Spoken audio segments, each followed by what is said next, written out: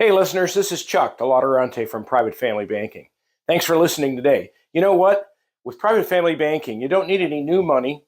We just capture the cash flow you already have going through your life. If you're a high net worth earner, we can also help you save estate taxes. We can, for those of you who are W-2 or small businesses, if you have 401k money, IRA money, we can liberate that. We can multiply that. We can save you taxes and get you into a tax-deferred environment in a different way and multiply that money. You think you're alone, you're not. Join our community. We're a community of investors, entrepreneurs, coaches, and business developers. Don't delay. Join Private Family Banking today. Click the link below, schedule your free discovery call, or email me, chuck@privatefamilybanking.com. Science fiction writing, and is there life on other planets? Let's talk to Craig Twining about it. Exploring theology, doctrine, and all of the fascinating subjects in between, broadcasting from an undisclosed location, Dead Men Walking starts now.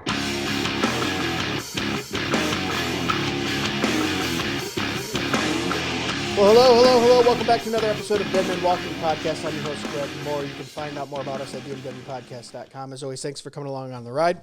We have Craig Twining in studio with us today. How you doing, Craig? I am doing well. It's good to see you. Good to be here. We're going to talk about some cool stuff, science fiction, life on other planets, writing science fiction. But before we do, I want to tell you about a couple of our sponsors that I really need you guys to check out.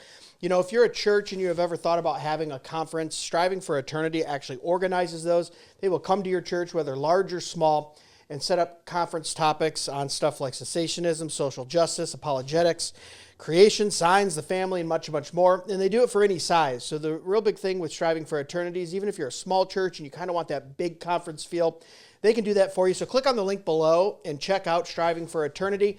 You can contact Andrew Rappaport. He is the director of Striving for Eternity and does a lot of those conferences. So make sure you check them out. And they're a friend of the podcast. Andrew's been on many times. Also, Private Family Banking.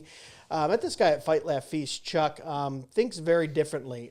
He says, you know what, why don't you finance yourself? Why don't you become the bank? He's got some financial ways to allow you to do that so you can get inside the parallel economy, make that money work for you. There's a link below, of course. You can click through there. You can also get their free copy of their ebook, Generational Wealth Outside of Wall Street and Avoid the Coming Banking Meltdown. I think it's very important to steward our wealth wisely, and Chuck will help you do that. And, of course, Dominion Wealth Strategies. Love these guys. The only distinctly reformed financial company, full service financial planning and wealth planning. They do budget, debt management, savings, life and health insurance, retirement planning, estate planning, all that stuff for both business and personal. All of Christ for all of life, all of finance for all of Christendom. And you can find them at reformed.money. I love that URL. But of course, you can click on the link below and click through there for them as well. From baptism to burial, Dominion has you covered. And these are all friends of the show. We're very particular about who we allow to sponsor the show. I know all these brothers personally. And we would love it if you patronize them. But now that the business is out of the way, sorry you had to sit through that, Craig. Hey, that's all right. That's all right. Usually I preload that, but when it's in studio, I kind of like to do it all at the same time. Sure. But man, I'm excited to have you in. So, Craig, you've been on second time on the podcast. Second time. And I tell you what, I got a lot of good feedback on your first episode because you shared a lot of your testimony. Oh, yeah. And not only did I have, random listeners from around the country messaging me, but a lot of people, even in our church, came up to me and said, I didn't know that about Craig. I go, you go to church with him. Our church has grown a lot. It has. And I should say we're members of Christ the Word. Yes. In Sylvania, Ohio. And it's always funny to have someone in church come up and go, I didn't know that about Craig. And you go, oh, well, now you know. That's right. That's right. So, very well receptive on the first episode. But we wanted to talk about something a little different here. Yeah. This episode, didn't we? Science fiction. Yeah, because you're a science fiction author, Mission Eden, which I'm a few chapters into, which I wanted to ask before we get started. In the first couple chapters, the character is written almost in first person. It's written in first person because I couldn't figure out a way to try to make you anticipate what was coming next. Okay. I was trying to make it so that you were going through the experience as the protagonist was. Yes. Yeah, because I noticed that because I've read a few books where it's first person. Most probably fiction books. Is it called third? Is it third person if it's kind of written from like? Yeah, there's a couple like an omnipresent third person. Yeah. There's several different ways you could go about it. And I actually when I started writing this book, I tried it from a couple different perspectives, Yeah. and I just could not get it. And it just turned out that the first person, present was the way to go. Yeah. Which is kind of, I think maybe Hunger Games was written that way. Yep. There's been a number of books lately that have been written like that. Okay, so it's just kind of like a personal choice, easier for you to write that way. Yes, easier. Where'd you get the idea from for Mission Eden, and where can people get this book too? They can get it on Amazon. It's just a self-published book, but it's on Amazon. Just look up Mission Eden by Craig Twining, and it'll show up. I had the idea actually for quite a while, probably even 20 years. I always had this thought about what would it be like if a spaceship from Earth Sure. actually made it to a planet where it was truly perfect. Okay. I mean, truly perfect, where people were sinless. Okay. How in the world would that be able to take place?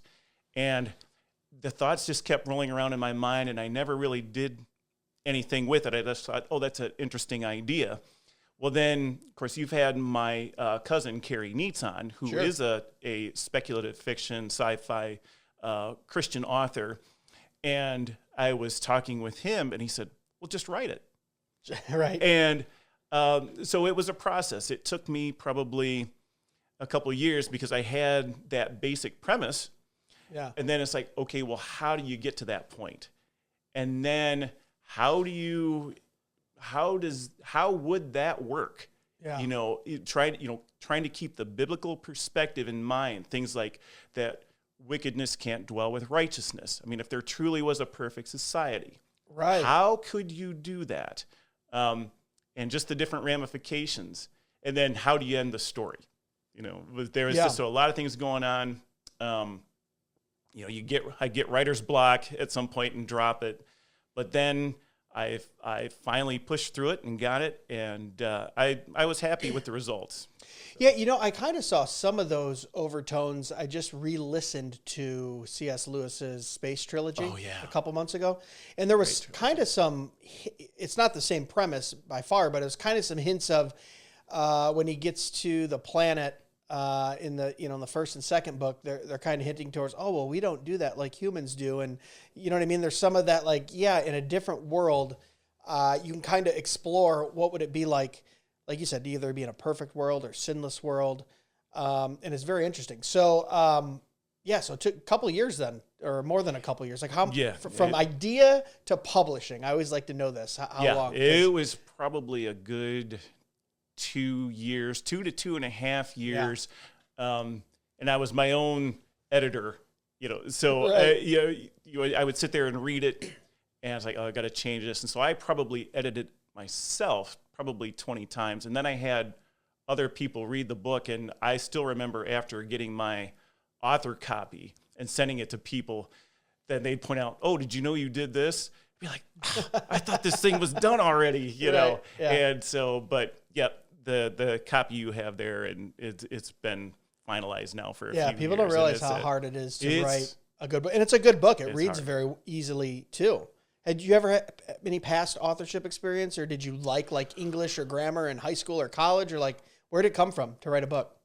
I think probably from just reading myself, from personal reading. Okay. So when I was in high school, I did not read basically the books you were supposed to read in high school. I mean, you had these English classes, and I really didn't get into them. But actually, 10 years or so out of high school, I thought, I probably missed something by not going back and reading these books. And I actually, it was reading people like Charles Dickens, phenomenal author. But then starting, well, what about science fiction? What are some really good books that are out there? Yeah. And I think the first one I picked up was Ray Bradbury's Fahrenheit 451. Okay. Which just blew me away. Short book. Yeah. But very interesting. Some of the things that he kind of maybe predicted or foresaw that are actually in place now. That really kind of influenced my writing. I really enjoy his style of writing. Yeah. So wait. So in high school, you said you were reading, but not necessarily science fiction or the classics, or you were? I really wasn't reading much at all. Oh, not much at all. It Yeah, was like right. after It was high more school. after high school. Yeah. Yeah. See, I was more like, so I grew up reading a lot of classics, and my mom and dad read. Well, mostly my mom read to us in homeschooling and things like that, and got us introduced to like abridged versions of the classics, Sure. which then interest you in the full version.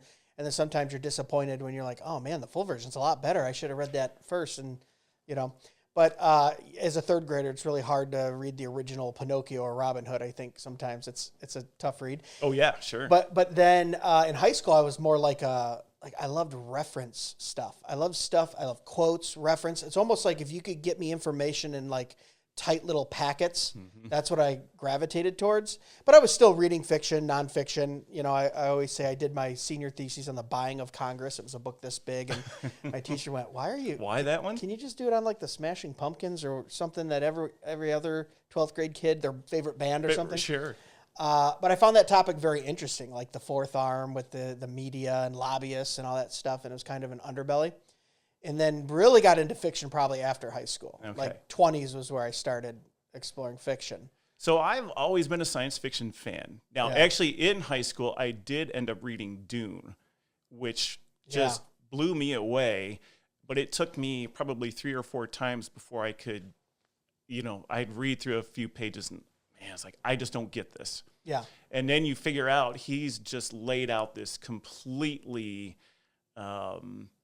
original world, or worlds, I should say, and this whole, I mean, it was everything. It was the political background. It was the economic. Sure. It was everything. And it just took my brain, I guess, a while to figure out what was going on. And once I did, it just opened that whole book up, and it was just a page turner for me. Yeah, probably the biggest thing for the science fiction genre for me wasn't a book. It was...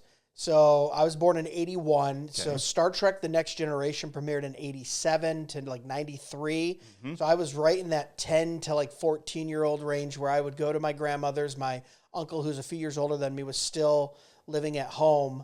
And my grandpa was one of the first people to have one of those big dishes where you could get like satellite. Yes. And I mean, satellite. It was like you had to put a motor on it and turn it. It was 9 foot across, right? In his yard, and they would get Star Trek and tape it on VHS, and then I would watch it over there with him, stay up late, till 12, 1 in the morning, watching 3, 4 episodes in a row.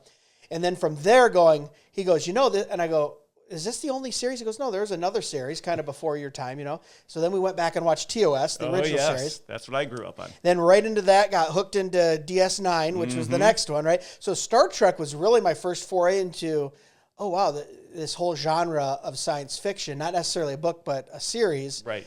And then also really liking the idea of like an optimistic future. I'm not really, I'll watch a dystopian kind of. Sure. Right now I'm watching, what is it on Apple TV? Silo. So it's kind of more dystopian. Not seen that. Yeah, they're all living in a huge, 10,000 people in a silo, and there's radioactive stuff outside. No one goes outside, but are they being lied to? Is it really okay to go outside on Earth? And so it's more dystopian, but I really like the optimistic part of what Star Trek, even the original and the subsequent series, kind of presented. So I grew up on the original series. Okay. And it was, so my,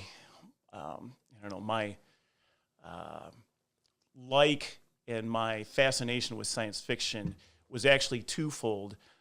So when I was 5 years old, the Apollo 11 mission happened. Yeah. It was the same time that Star Trek was actually probably just going off the air, but had been picked up in syndication.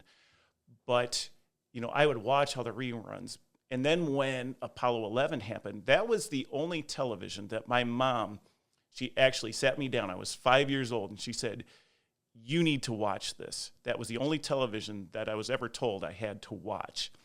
And to see a man from Earth actually walking on the moon was just fascinating. And then that coupled with Star Trek, it just opened up that possibility in my mind, the imagination that, mankind could travel to other planets, and there were, multiple civilizations out there. Was fascinating. And you think about all of the things that technology-wise that Star Trek introduced that have actually kind of come to reality at some point. It almost makes you wonder. I've heard that Gene Roddenberry, the creator, was in the military, and I always wondered, like, what did he see in the military that, you know, he kind of put the little Easter egg out there in Star Trek just to say, you know, guys are working on stuff like this. Well, they had technical advisors that worked high up in the government, CIA and some other, NASA would advise on those shows. You know, and we've seen a lot of the little trinkets from the 80s now become everyday life, iPads and things like that. And, you know, they're working on a hypo spray right now to where you won't have to pierce the skin with a needle. You can. Right. Yeah. You know, they came up with a cloaking device. You know, I mean, it's like, are you kidding? You know, that stuff was just, you know. All right. So from a young age, it was like you were into space travel, because I know, I mean, you got like telescopes and you know all that stuff and constellations. You're always looking out into the stars. So there was kind of a little bit of an obsession even as a young kid, and then into teens and adults. Yes, my parents, you know, they encouraged it. You know, my dad bought me a model rocket, and we would shoot that off in the. You know, they would let me stay up if there was like a lunar eclipse, and you know, and watch it. They were very supportive. Yeah, you know what's crazy when I go back and watch Next Generation is how the subliminal social issues went like right over my head. Yeah. You know what I mean? Because if you look at it, a lot of them. It's very liberal, kind of the stuff they're pushing. I mean, they were dealing with same-sex stuff. They were dealing with abortion. They were dealing with cloning, all these like weird ethical questions. And usually they took the liberal side of it when I go back and watch it. But at the same time, it was very entertaining just to watch that and go, what could be possible? Yes. And then even, you know, my brother has always been really into life on other planets, kind of the spiritual side of like Bigfoot. Is he real? Is it spiritual? Like, you know, trans-dimensional stuff and aliens and what are UFOs and these unidentified, well, we call them something else now, right? UPI? UARs? UPIs? Unidentified aerial UAPs. UAPs, that's what it is. That's what we're supposed to call them now. That kind of stuff's always been interesting to me, but the biggest one, which I really think everyone's talking about the last 2-3 years, is like life on other planets. Mm-hmm. I mean, think about the last 2 years of just like press releases and the government talking about stuff. Obviously, social media is always talking about it, but we've been getting briefed on all kinds of weird stuff, almost like they're trying to prepare, I wouldn't even say the country, but even the world population for some type of reveal.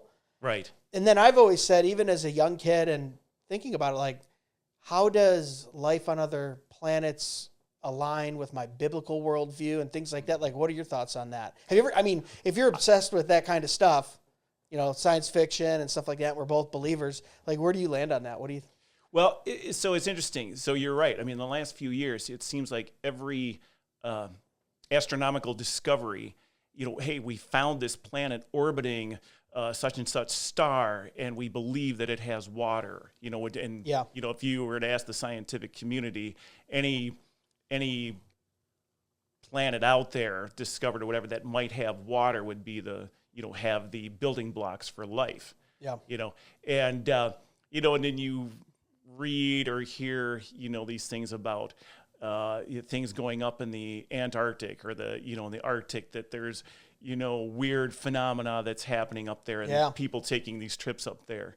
And but it's interesting, you know, having written a sci-fi book, that the more I study scripture, the more I don't think humanoid life, humanoid alien life, exists on another planet.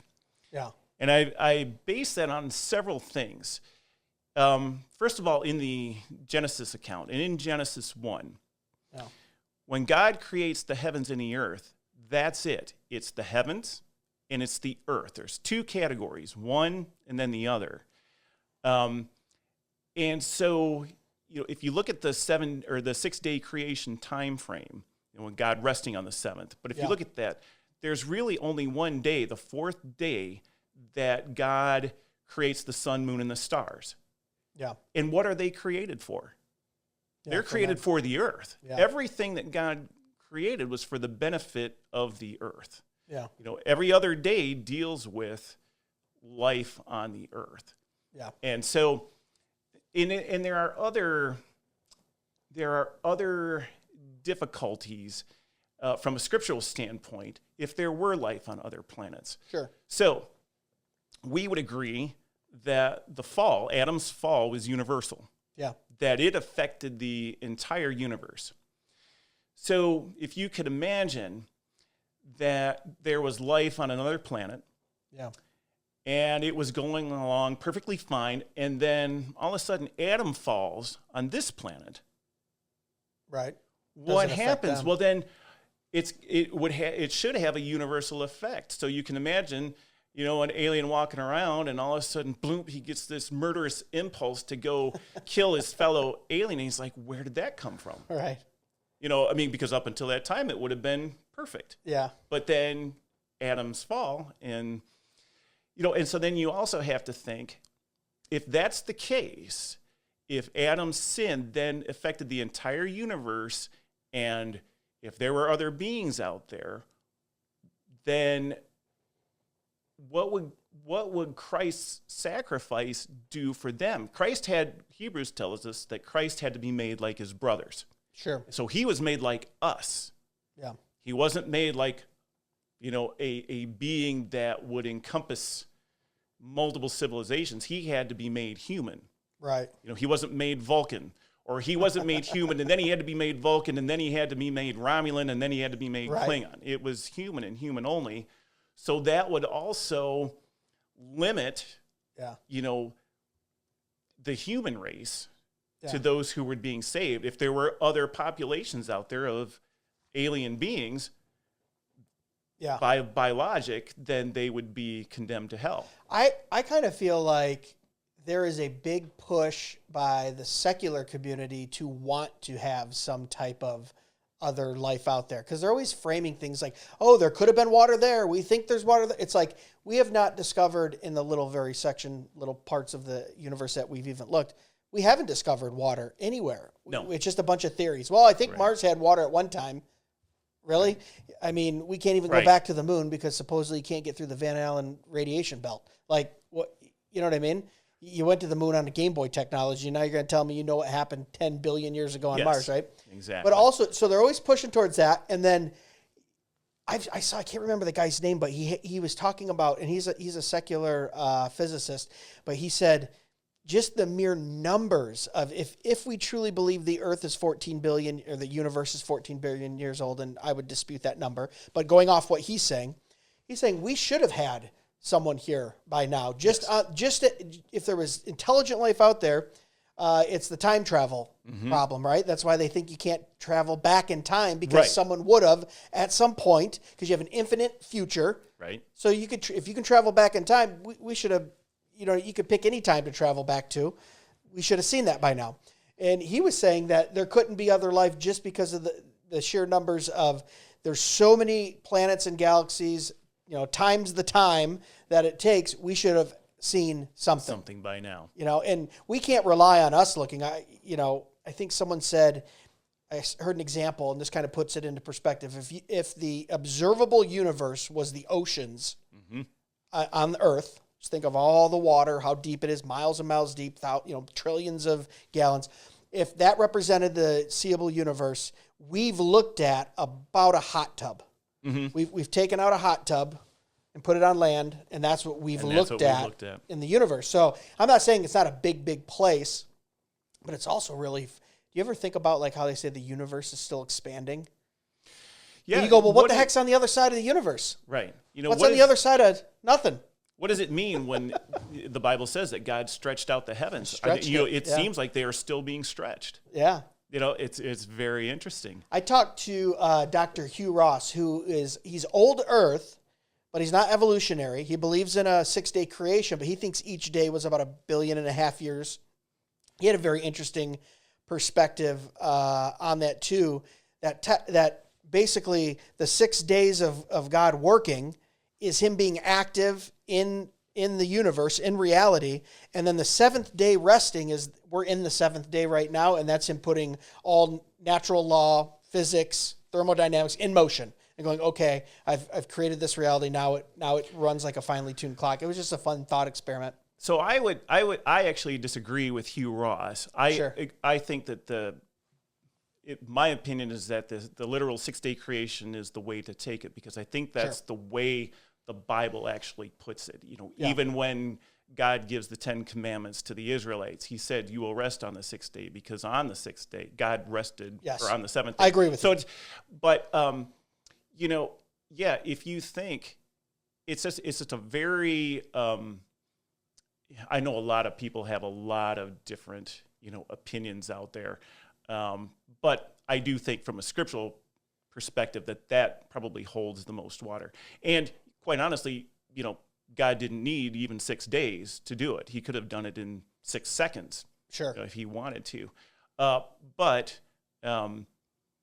You also have the, how can we see things from, that are billions of light years away, But, creation science does a pretty good job of even answering those questions. Yeah. So what happens if we get some report?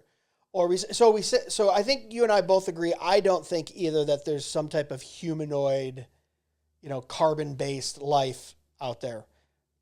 Could there be like an algae or what'd you call it earlier? Microorganism? Microbial. Microbial? Possibly. Possibly. What Now, do you think? Well, okay, so here's what's interesting.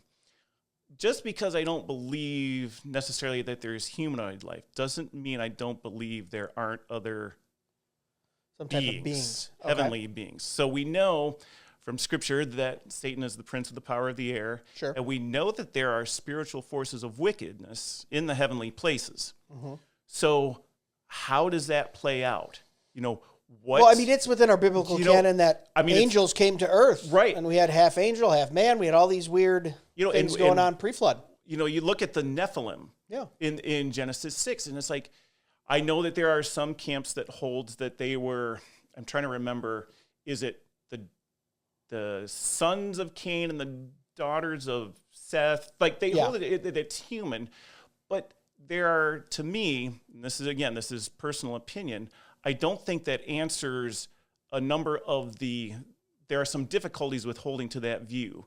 First of all, in Genesis 6, it says that the Nephilim were on the earth, and then it says, and after. Yeah. Well, after what? It's after the flood. So if the flood wiped out all of humanity, there has to be something carried over, maybe in a DNA lineage or something? Who knows? But, we know that there were giants. That's the one I'm most convinced of. Probably the conspiracy theory that I'm most convinced of is we have so much evidence of giants. Yes. The Smithsonian has bought up about 15 or 20 skeletons that are over 12 foot long, and they lock them up in Iowa, and they don't let anyone see them. They found 3 in Ohio. Huge skeletons, like full bone, 12 to 14 foot, and those are some of the smaller ones. And then if you go back on like hieroglyphics and like in cave walls in the Middle East and parts of Africa, they've got guys holding lions. Yes. Like cats. Like pets, and all kinds of weird stuff. Like Nimrod is part of Mesopotamia's like wall writings and stuff. And they're like, oh, he was about 80 foot tall and he did this. And you go, okay, so what are these guys just making stuff up? They're not in the way of like idol worship or like making it a god. It's like they're recording history. This is what it was. And you go, what the heck is that all about? Exactly. You got an 80-foot guy walking around, and then my brain really starts going. I'm like, maybe they had something to do with those pyramids or something. I don't know. Like that's a good way to move tons and tons of rock when you got a huge guy that can do it, or a couple of them.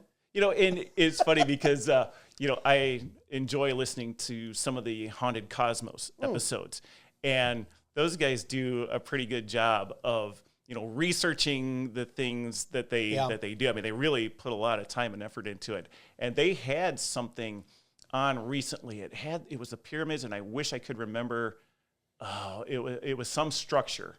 Yeah. And but you think about that and it's like, how did some of these structures get built on Earth with the so-called, if you look at the technology that we were supposedly had, like how in the world did these things get done?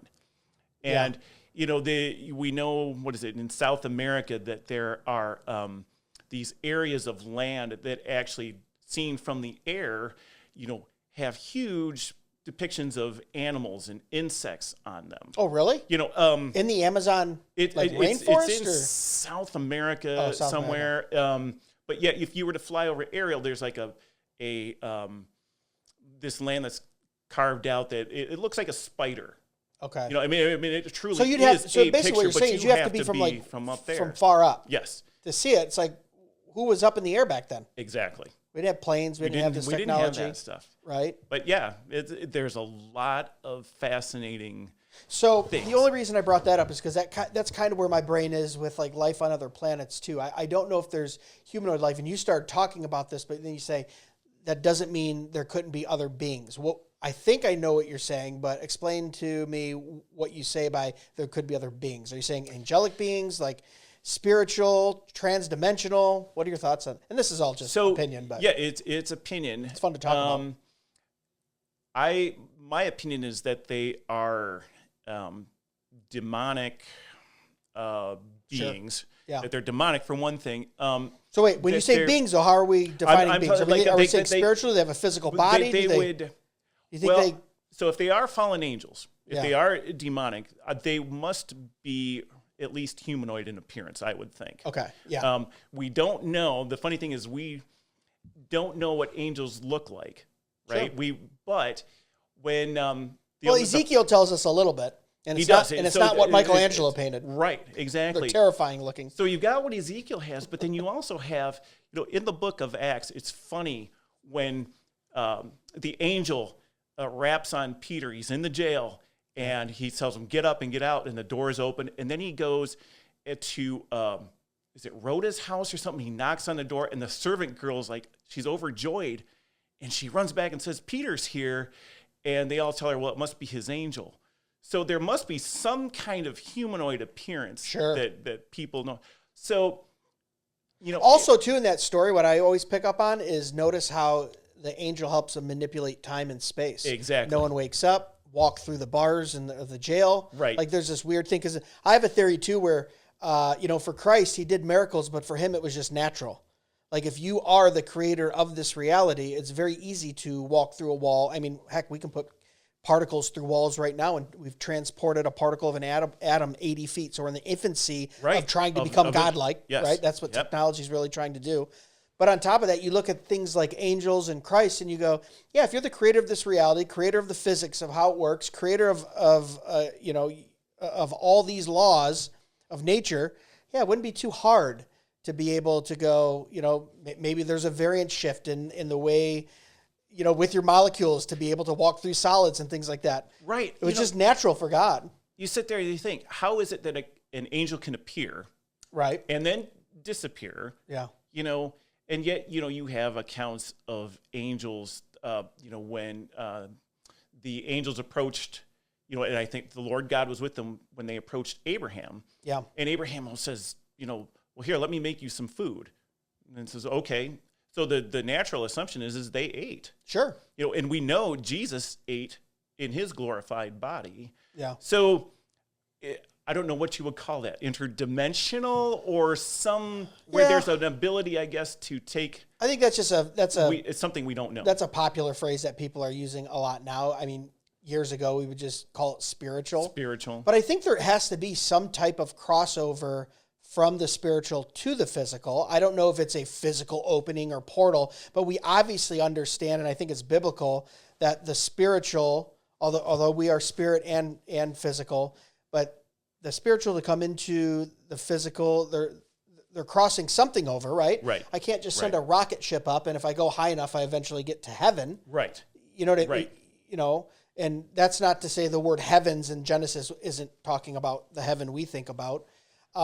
I would say that, something spiritual is outside of our probably four-dimensional space.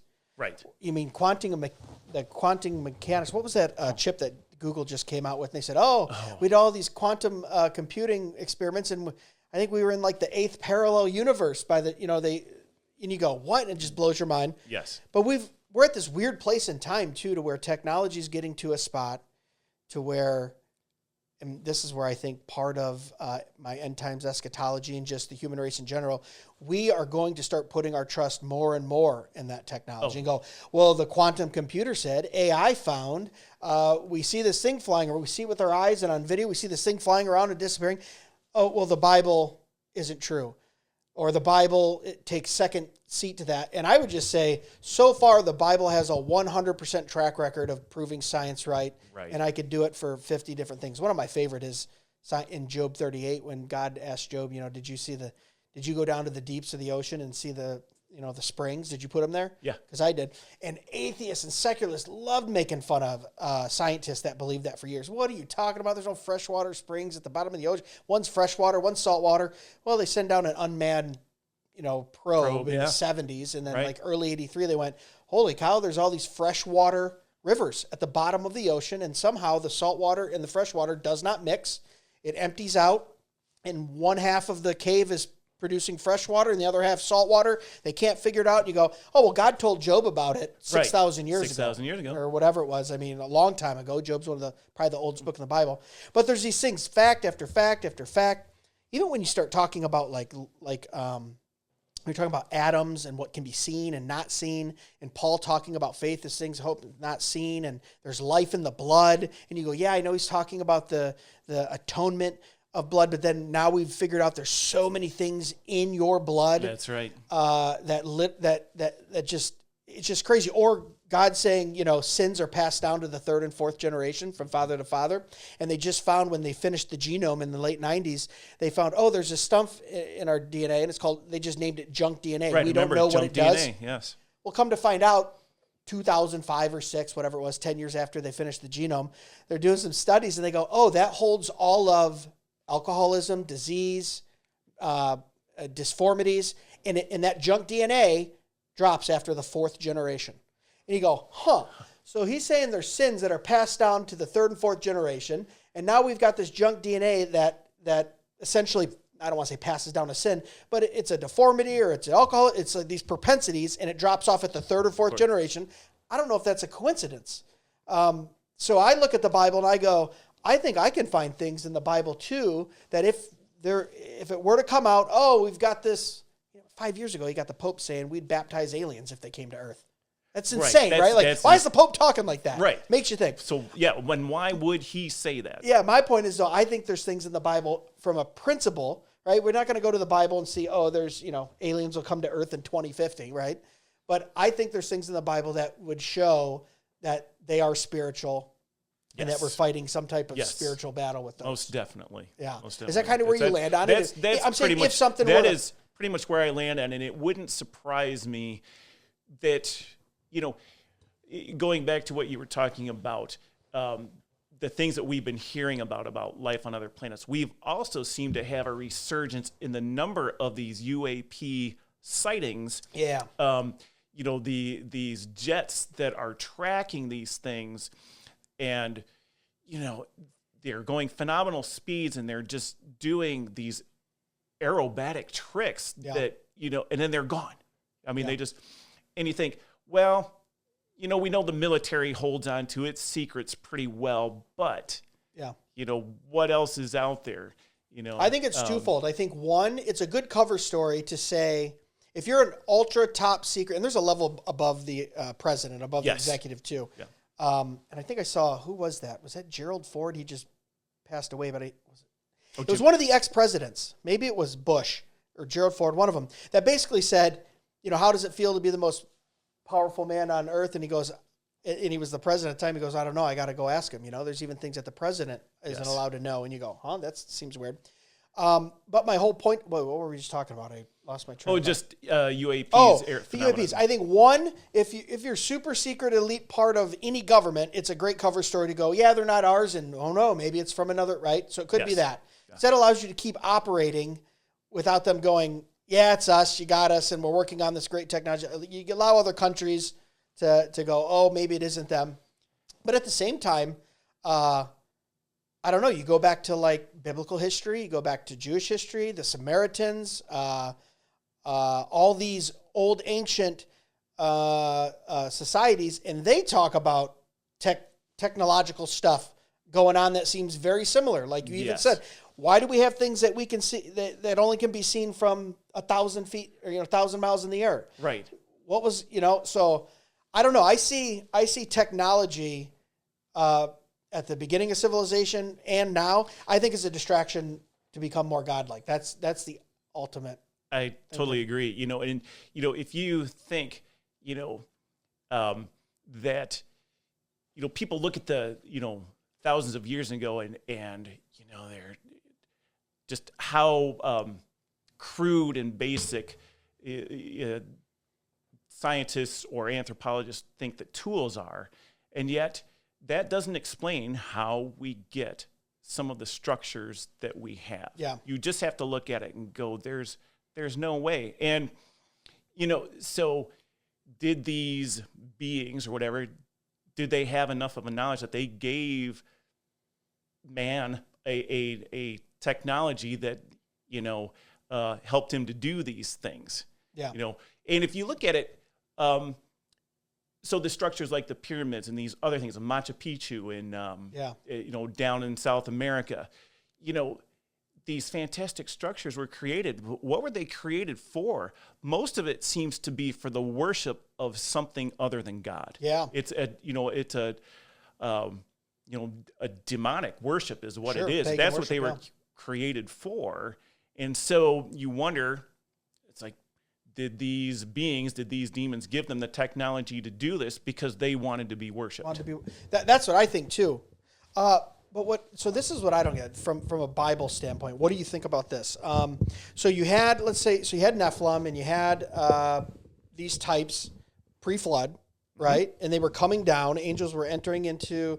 I think I messed up my microphone here. Oh well, they were coming into the physical world. Yes. Dwelling among men, right? Then we have the flood. We have some of it survive. It seems maybe through DNA. We don't know. What changed, do you think, biblically, to where there wasn't any more visitations from, let's say, demonic forces or spiritual forces or something like that? Because I kind of look at it and I go, pre-flood, it looked like there was an open invitation. It looked like both angel and demons kind of freely coming to and fro. We see some stuff at Babel where they're saying, let us be like God, which there's a lot of the theology of the council is we weren't just building a tall structure. We actually wanted a seat at the council along with angels and demons and Yahweh, God being the one true God that proclaimed and sovereignly ruled over everything. We went, hey, us as humans want to be there too. And we had some either fallen angels or demons helping with that. So what changed, do you think, biblically to where we don't see those visitations? Or did they just get less and maybe that's what we're seeing in these like alien sightings and stuff? Maybe it is still, you know what I mean? Like a fallen angel or a demon trying to poke its way through and go, hey, I want to interfere in this reality. What you do, it is curious. So we have men like Goliath in David's time. Sure. And if you read through First Kings, there are other giants or very large men at that time. But it seems like the closer you get to the time of Christ, those start diminishing. And by the time, Christ, his incarnation happens, and he starts his ministry, what does he start doing right away is casting them out. Yeah. And so is that the entire answer? I don't know. But it does seem as his time approaches that this influence, as you will, from these other beings seems to lessen. That would make sense because sometimes I think as Christians too, we look at like the ministry, death, and resurrection of Christ. Yes, we look at it salvifically, an atonement, and a redemptive plan. But I also think it shifted a lot more things in history too. Mm-hmm. Like who was I just talking to? I was on Parker Brown's Watchwell podcast. I was talking to Cody Fields about this too. Like, it's pretty crazy if you think about it, that Christ comes to earth, dies, resurrected, Jerusalem destroyed, animal sacrifices stop, all within 50 years of each other. Yes. I mean, that is a huge shift in history. Animal sacrifice by almost every major religion up until Christ dies and raises again. The temple for the Jews is destroyed in 70 AD, and then animal sacrifice stops. In really no brought. Now there's certain sects of religions that still do animal sacrifice, but I'm saying that was the norm, right?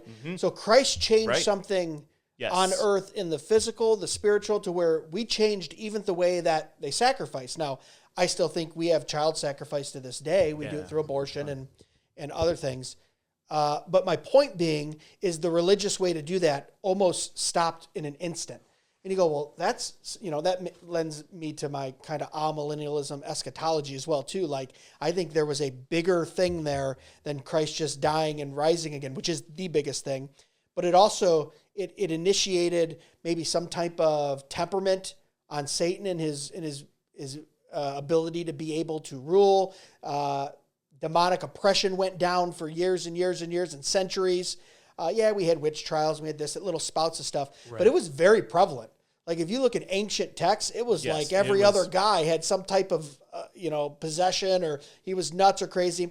The atheists will go, oh, that was just mental illness, and they weren't classifying it right. I'm like, I don't think so. I think maybe some of it was. But you had, like, demonic oppression being talked about openly in ancient civilizations, And then it seems to cease for quite a long time when Christ comes. Well, and it's, when we look at it, Christ's death and resurrection, he rose victorious.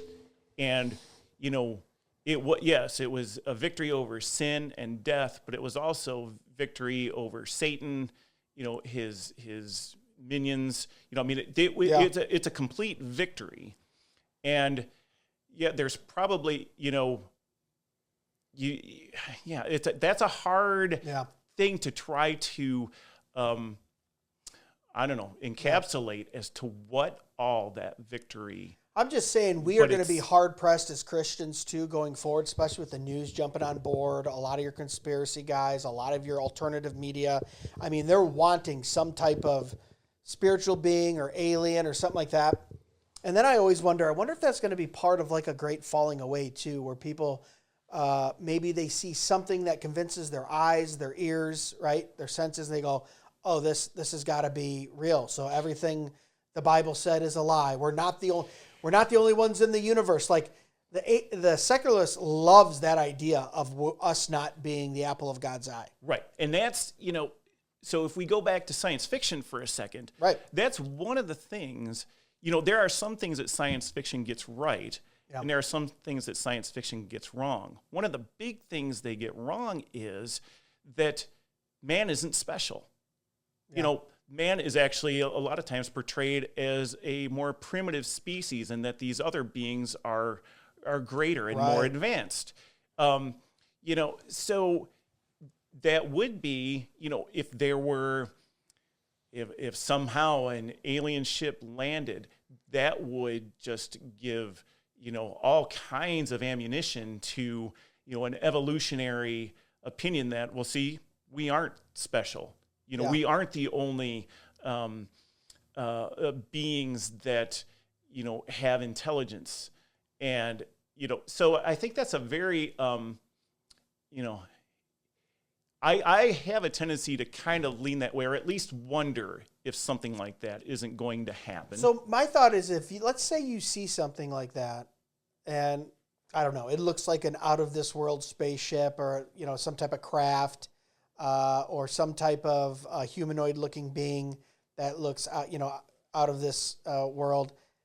Then I go, okay, so if it's the same type of spiritual beings that we're talking about that was pre-flood, why did they present themselves that way pre-flood, and why would they present themselves this way post-flood? Why?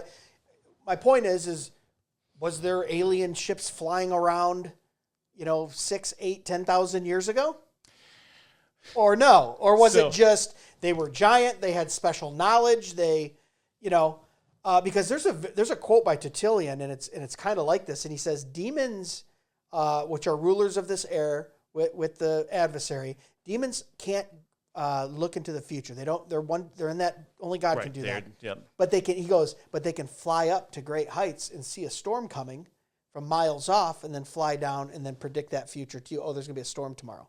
And he goes, do they know anything special? No, they just have a different perspective being spiritual. And this was being talked about in the first century, right? By a Christian apologist. And you go, so yeah, if you're spiritual in nature and you're not limited to physical, I could see even back then, your Nephilim and things like that, they could move big stones. They had certain knowledge about weather patterns. They had certain knowledge about physics, right? Being part of the created order, if they're fallen angels. So I'm saying, why aren't they presenting themselves as like what we think they would present today? Right. There was a movie back in the 70s called In Search of Ancient Astronauts. Yeah. And that was actually one of the movies where they showed some of these pictures of animals and insects that you would see from up above, were done by these people. And it's like, well, how would they have a knowledge and how would they be able to do this? But in this, it was, I guess you would call it, was kind of a documentary. Yeah. They went into this cave, which had cave drawings on it. And, if it's to be, there was a drawing of this being in what looked like a rocket ship. It had flames coming out the back. I think I've seen this. And so you wonder, it's like, well, maybe there was some kind of, now, why would they do that? Why would they show some kind of a ship if they could just materialize or rise in the air, just as a being? Why would they use a ship? I don't know, but I do remember that vividly, from that movie sticking out. It's like, wow, somebody even painted a rocket ship way back in That's a good point, because I have seen that. And I've always wondered, like, because you look at those things and you go, well, they didn't even have the concept of what we would think of a plane or a ship. Now, I'm not saying they hadn't seen it, they saw it and they wrote it. But it's always like mind-boggling to me how much of our history we have probably lost. Yes. Like, let's work on the premise that mankind is about 10,000 years old. I think it's right around there somewhere. That's what I personally Yes, think. Okay? Yep.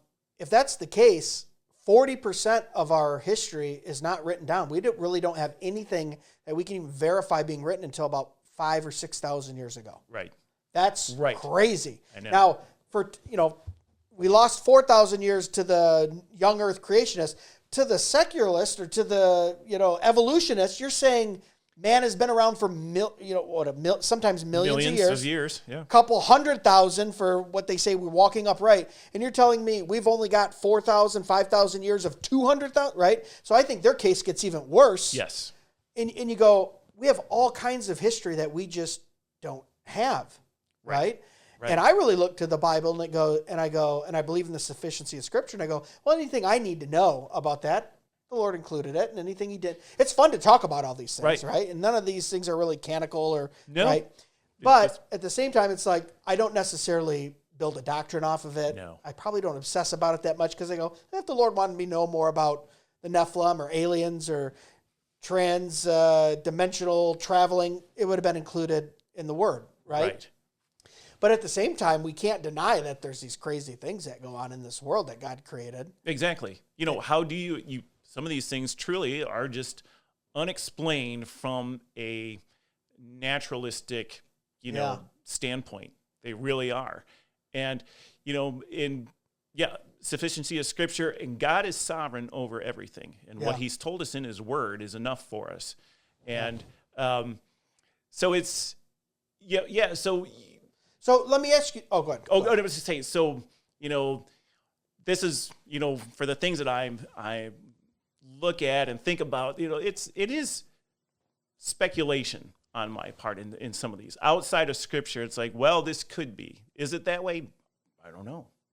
Yeah. So how do you balance that? Getting back to the book as we wrap this up here too. How do you balance being a believer and then also writing science fiction? Because you can get into some really weird stuff with science fiction. Now, my personal view has been you can write a really good science fiction book and base it on godly and biblical principles, because those principles would be the same on any planet. Yes. You know what I mean? Right. In a universe and reality that God created. But how far do you go when you're writing science fiction and talking about possibly other races and planets and maybe bumping up against the created order in Genesis 1, if you're a science fiction writer like yourself, but also a believer? That's a good question. So in my book, I think I dealt with that fairly well. Okay. Because it's actually, well, I don't want to give it away, but Okay. I think I dealt with it well. But I think, there are a number of writers out there. I think you do have to be careful. Okay. I mean, you have to be very careful in how you present. How do you present? Does this science, this alien race, do they have a religion? Right. How would you do something like that? I have a tendency to like shy away from stories that have an alien with a religion that is like completely different. Sure. That's another thing that a lot of science fiction books get wrong, is that every world has its own God. Right. And it's like, that's completely unscriptural. Yeah. And so how do you get around that? But there are other stories, there are other science fiction stories that don't deal with kind of the spiritual aspect of things. Yeah. So I like hard science fiction, which is more like technology-based science fiction. Yeah. And the stories that deal with, okay, we're out in the middle of space and our spaceship is, just got hit by a meteor. Right. How are we going to get back? Yeah. Kind of a thing. I'm not too keen on stories where you have an alien race that, like I said, worships another god and has, Yeah. it's there. I think it's like science fiction versus kind of fantasy. Yes.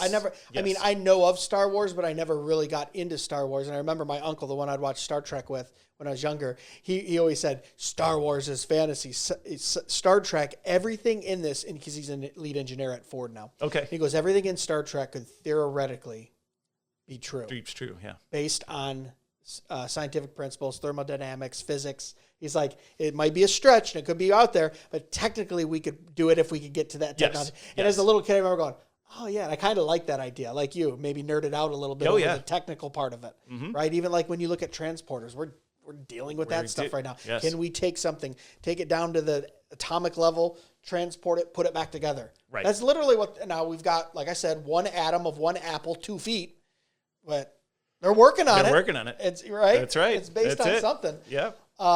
So yeah, I'm not big on those either. Not going back to, just because it's fresh in my mind, the C.S. Lewis space trilogy. I wondered how he was going to deal with that. And he almost doesn't address it. He just almost assumes like they are in the same kind of reality of what God created. Right. And they have a similar kind of idea of a supreme being. Yes. And I was like, I was a little disappointed. I was like, man, I wish there would have been a more clever C.S. Lewis-y, because he is so clever in a lot of his stuff. He's right? great, yeah. The way he explains it, Mere Christianity, Screw Tape Letters, I mean, Narnia, it's all such great analogy. But he didn't really. He just kind of left the reader to go, oh, okay, they have a system of their own. Right. So I'm just wondering, like, as a believer, you go, do you find that, like, well, if I've got a non-believer reading this, am I leading them to a place to where they think, oh, there's life on other, to be thinking about there could be some falsehood in God, or there could, you know what I mean? Like, there's got to be a fine line, because as an author, you've got to realize when someone's reading your book, you are influencing them. Whether they agree with it, disagree with it, there is a degree of influence. That's right. They're putting information in their heads, whether it's fiction or nonfiction too. In my book, there is a definite Christian message. Yeah. And I purposely avoided trying to, make it like just a morality tale and just a good versus evil or anything like that. It's there is a Christian message, which I think comes across. But yeah, if you're a Christian and you are in the science fiction realm, yeah, I think you have to be careful, very careful about what you write, in the story that you write. Yeah. No, the truth. I mean, there's a responsibility there, right? Yes. Yeah. So, all right, as we wrap this up, I wanted to ask you, since you and I are on the same plane with probably the technology stuff, the engineering stuff, we're We're sci-fi geeks. We Yes. like that. What's like your most exciting thing in that realm, whether it be something that's maybe coming to fruition, technology, science fiction stuff that you've kind of been looking at and go, that kind of piques my interest? Is it something with AI? Is it something going on in genetics? Is it something going on with space travel? Like where's your natural interest of all the crazy stuff that seems to be going on in the technology world in the last 5 years? And you didn't know I was going to ask this question. No. So this off the top of your head, but Probably two things that have always intrigued me is, first of all, transporting. We just talked about that. It's like the potential to take a solid object and transport it. Yeah. The other thing I've always wondered about is, warp speed. How you could make a kind of spaceship, or space. how to be able to travel like that. Now, I don't think we'll ever approach that barrier. I think it's just from a physics standpoint, it's just too difficult. But the one thing I've always thought of is if they ever had a lottery to go to Mars, like a manned mission to Mars, I would put my name in it right away. Check with your wife first. But it's just one of those things. It's like, sorry, Martha. It's like, going to Mars. I'm going to be gone for a few years. Back in 27 years. Exactly. But I just, the idea of space travel just intrigues me. And, what was it, last year when William Shatner went up in, was it the Virgin Galactic? Yeah, I think it was like the commercial flight, commercial right? flight. That gets you up into... I thought to myself, oh, man, even just to see Earth from that viewpoint would be... That'd be pretty phenomenal. cool. I've always wanted to kind of be weightless in space. I know there's some plane rides you can take where they do like a certain angle too, and you're weightless for like 30 seconds or something. Yeah. But yeah, that'd be cool. Now, back in '98, I did see a shuttle launch, a space shuttle launch, actually in Florida. It was when John Glenn went up. Okay. And that was just, it's just fantastic just to see a rocket taking off. So as a space guy too, that's like I said, you've got the telescopes and the constellations. I know you've helped me and my kids like look at cool stuff when we're on camping trips and stuff. Like, where do you land on the went to the moon conspiracy? Do you think we went there? Oh yeah, absolutely. Do you think anything was doctored or NASA like did anything like that, or have you ever looked into it, or do you just think it was like, hey, we got there, came back, and now we just can't go back? I think the conspiracy theories that we didn't are just too kind of outlandish because it was just there was so much that we brought back moon rocks. Yeah. We were there. It's just I don't think it's something that can be really disputed. It's funny. I do have a book that has pictures of the moon that were they were just really the detail in them is very good. And there's a couple pictures where it looked like off of the guy's spacesuit that you could see like an atmosphere. Yeah. But they explain it's like this isn't an atmosphere. His pack was jettisoning some things that were in his suit that had to be. It was like a waste sort of, that the suits did that. And I don't know. The only thing I don't like, and it makes me go, that doesn't seem right, is one, we went there a couple times in a 10-year span, and now we haven't been back in 35 years. And we go, oh, now we're going to Mars. And you guys, when I was a kid, we were going to colonize the moon. Right. And they go, oh, well, we can't get past the Van Allen radiation belts. And we go, how did we do it the first time? Oh, well, we had some technology that allowed us to do it. Where's the technology? NASA says, oh, we destroyed it all. It was on VHS tapes, and we destroyed it. And you go, okay, something's going on there, whether you don't want other foreign countries to get a hold of the technology or not. It's just weird that we went there, had multiple people walk on it, and then now not back. We don't even send... a manned spaceship has not been to the moon in, 30-plus years? We've been in outer space. We're at the International Space Station, which that's really funny if you look at how high up the space station is compared to the moon. Yeah, it's not even... It's so... We're minuscule. We're so close to the Earth, man, compared... And you go, oh, when you think of space, you think way out there to where you go 150 miles up, they consider that space, right. But I believe the Chinese are going to be at least setting up an unmanned mission. Is it this year? Once again, though, it's unmanned. They're saying we can't get a human being through that radiation belt. It'll fry you immediately. And you go, well, how'd you do it in 69 then? Right. And they go, oh, we had some technology. I mean, you go back and you look at it and you go, we had technology, but we've since destroyed it. And you go, you'd kind of want to keep that, I think, as a superpower. Right. That's the only people that's ever been to the moon. Keep that technology. And your technology back then, I've got hundreds of times more power in my cell phone sitting here than you guys had. Yeah.